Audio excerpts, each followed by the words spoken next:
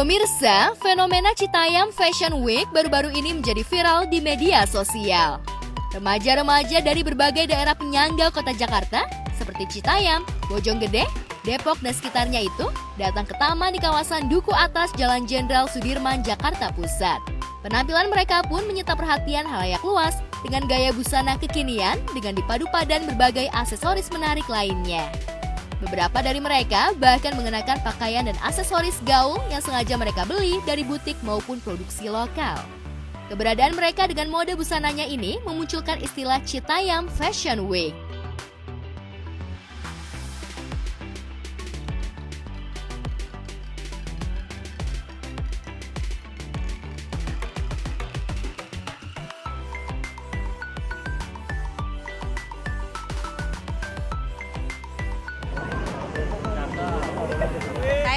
Kalau yang ini nih punya abang, saya pengen lihat, bang, pinjam jaketnya. Iya, saya diambil. Ya, pinjam semua ya? Enggak, ini mah beli, yang ini beli. Berapa itu? Kalau yang ini 15.000, kalau ini 35. Brand lokal. Dari brand lokal nih. Oke, ini baju berapa ya? 80, 80.000, celana 120, 120, sepatu 350. 350. Ini juga sama? Iya, Berapa ya? 300. 300. Celana juga? cepet. Oke. Seru sih, lucu ya. Bagus sih ya, kalau misalkan aku sih jadi ngingetin aku sama Harajuku ya di Jepang ya. Iya. Dimana semua orang-orang daerah sana tuh datang, jadi benar-benar unik ya. Pertemuan mereka sering terjadi di setiap akhir pekan Sabtu dan Minggu sore hingga tengah malam. Bahkan tidak sedikit dari mereka yang tidak pulang dan sengaja menginap di seputaran Duku Atas, sekedar hanya untuk bercengkrama dengan rekan lainnya yang juga peserta Citayam Fashion Week atau bahkan sekedar untuk membuat konten. Jika diperhatikan, pakaian yang mereka kenakan tidak lumrah, hal itu mereka lakukan sekedar untuk berlomba-lomba mencuri perhatian publik. Keberadaan mereka di lokasi tersebut semakin menambah semarak kawasan jantung ibu kota tersebut. Wah, keren banget ya.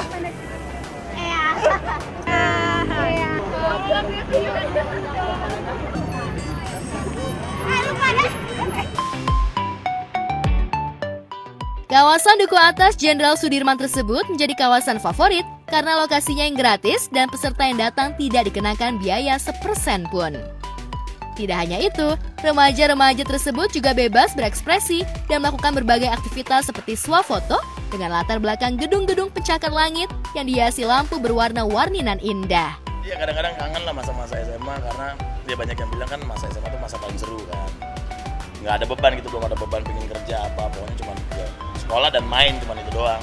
Jadi dari Kemenparekraf akan bekerja sama dengan sekolah di mana mereka bersekolah sekarang. Kita bina supaya nanti saat kuliah kami berikan beasiswa. Selama mereka tidak membuat keonaran, ya kan, membuat hal-hal yang negatif, terutama yang berkaitan dengan narkoba dan yang lain-lain gitu, ya kita anggap fun-fun aja, namanya juga anak muda, ya kan, anak muda kan butuh fun. Saya juga dulu waktu muda, ya sedikit banyak kayak begitu dulu tahun 80-an tuh kita kumpul-kumpul kayak gitu di di lintas Melawai. Keberadaan dan penampilan remaja-remaja dengan berbagai kostum dan gaya ini memang banyak mencuri perhatian. Tapi tidak sedikit menuai komentar miring.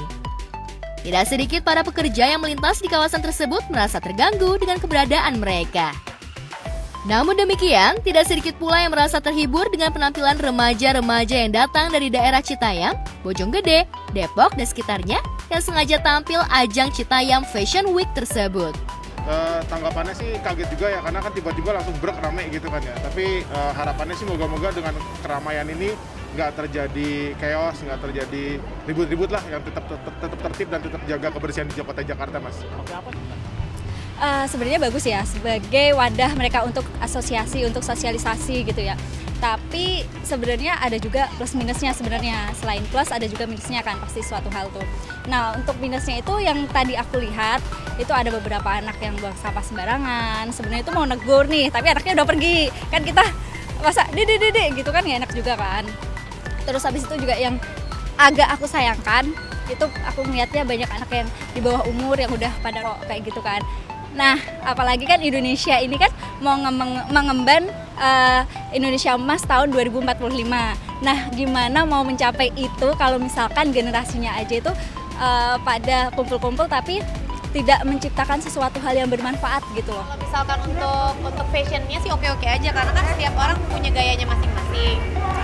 Itu sih sebenarnya.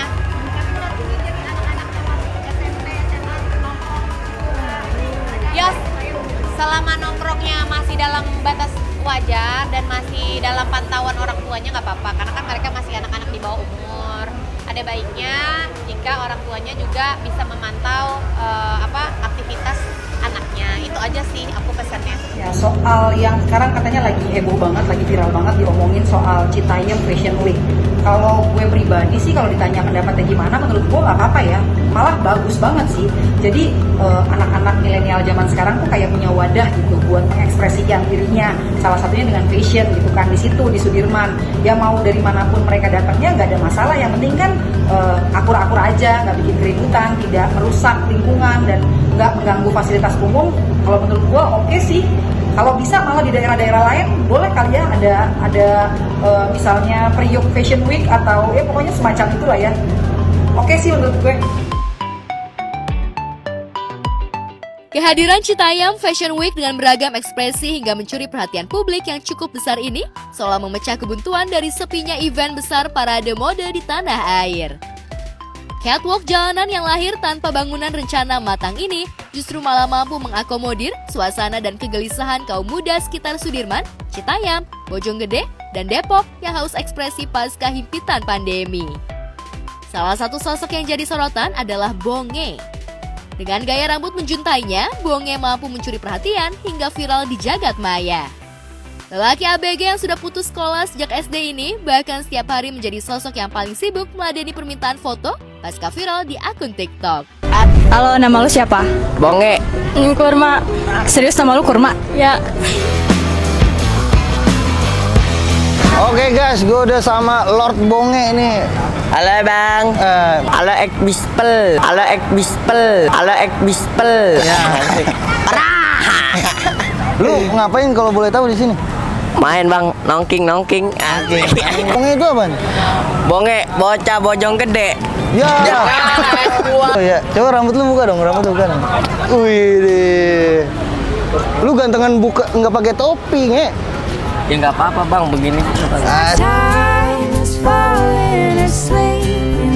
Kenal Atta Halilintar gak? Kenal bang.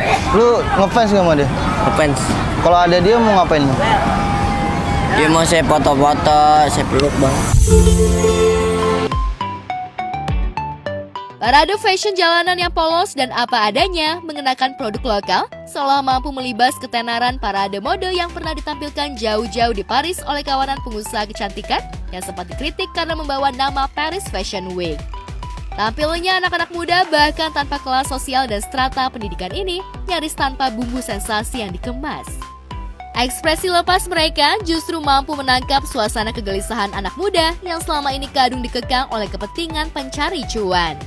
Pertama, anak-anak muda dalam hal ini remaja misalnya, mereka memang adalah entitas atau manusia yang sedang mencari 4 hal.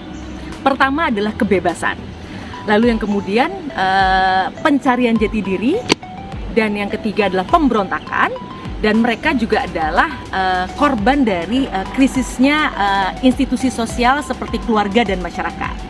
Sehingga apa yang terjadi? Ketika remaja dalam masa pencarian jati diri ini, mereka tentu saja akan mencari rujukan, akan mencari referensi agar dirinya kemudian bisa menemukan jati diri. Nah sekarang referensi itu terus terang tidak lain dan tidak bukan berasal dari ruang digital. Yang terjadi adalah semua anak, semua remaja ketika ingin menjadi remaja yang sempurna, mereka akan meniru apapun yang membuat mereka bisa kelihatan seperti anak kota. Tren metrosentrik inilah yang menguasai ruang digital, yang menguasai supermarket budaya, yang menjadi pilihan referensi anak-anak muda.